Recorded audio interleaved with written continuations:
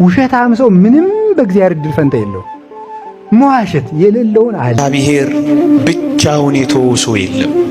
እግዚአብሔር ብቻውን የጣለው ሰው ከቶም ቢሆን በመጽሐፍ አላየንም።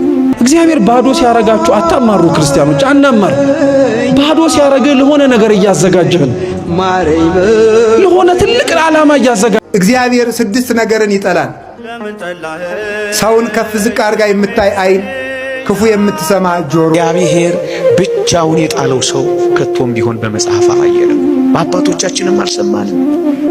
እኛን ብቻችንን ይሆን እየመሰለን የተሸበርነው፣ እኛንን ብቻችንን ይሆን እየመሰለን የደነገጥነው፣ እኛንን ምን ዱብዳ የደረሰብን እየመሰለን የታወክነው እንጂማ እግዚአብሔር ፍጥረቱን ረስቶ አያውቅም።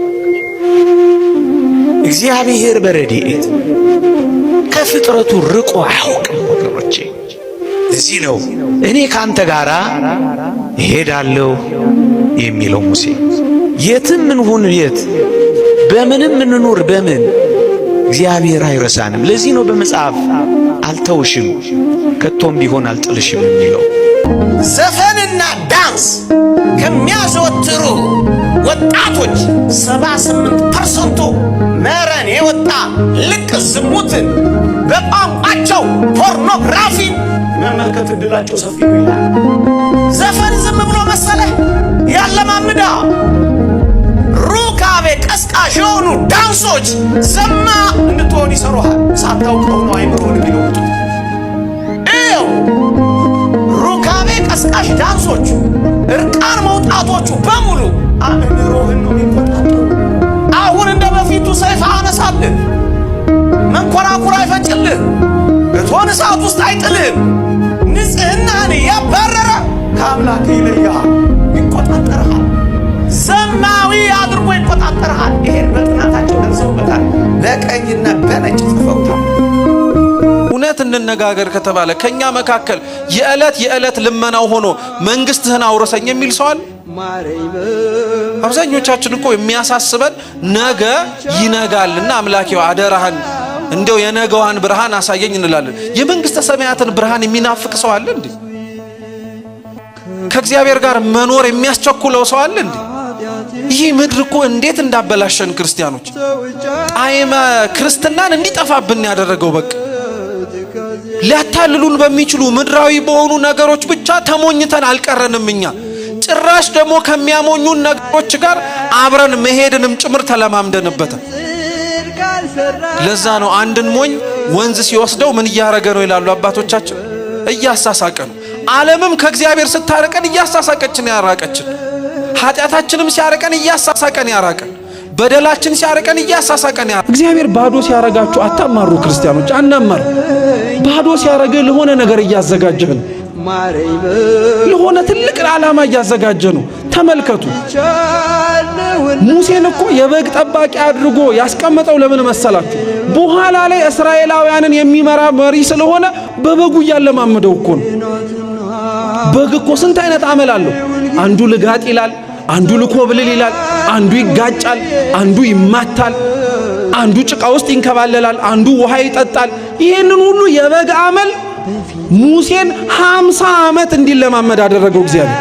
በ30 ዓመቱ ነው ከግብጽ የወጣው። 50 ዓመት ሙሉ በግ ጠባቂ አደረገው። 50 ዓመት ሙሉ ይሄንን በግ ያስጠበቀው ግን ተዋርዶ እንዲቀር ስለፈለገ አይደለም። እንደ በግ የመሰላቸውን ህዝቡን መጠበቅ የሚችልበትን ጥበብ በበጎቹ ሊያስተምረው ስለፈለገ ነው። ታዲያ ዝቅ ማለት ሁሌ ውርደት ይመስላችኋል?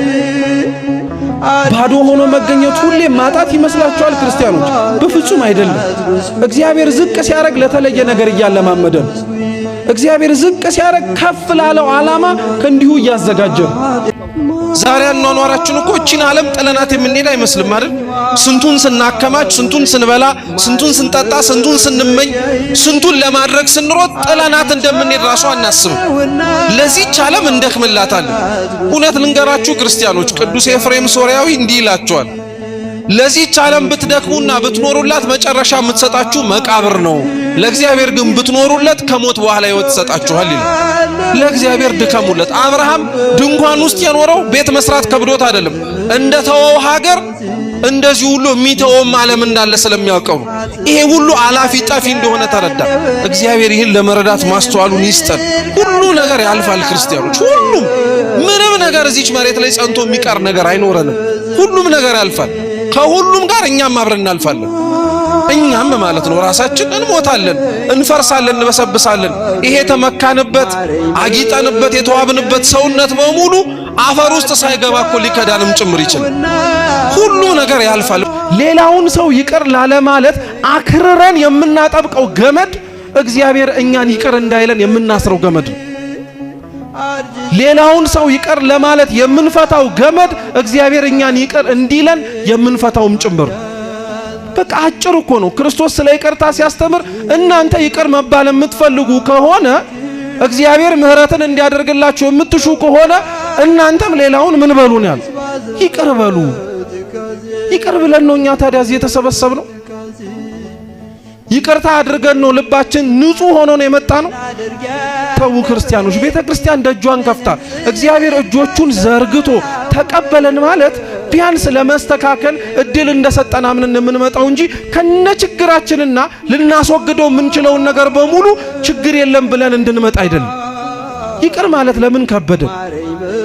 እውነት አንዳንዴ አስቡት ክርስቲያኖች፣ እንኳን እኛ እርስ በርስ ይቅርና በደሉን ብለን የምንናገራቸው ሰዎች ቤተ ክርስቲያን ውስጥ ቢመጡ የማያስገባቸው የእግዚአብሔር ይቅር አለ ማለት ነው ወይስ የኛም ቢተኝነት ነው? የኛም ቢተኝነት እኮ ነው።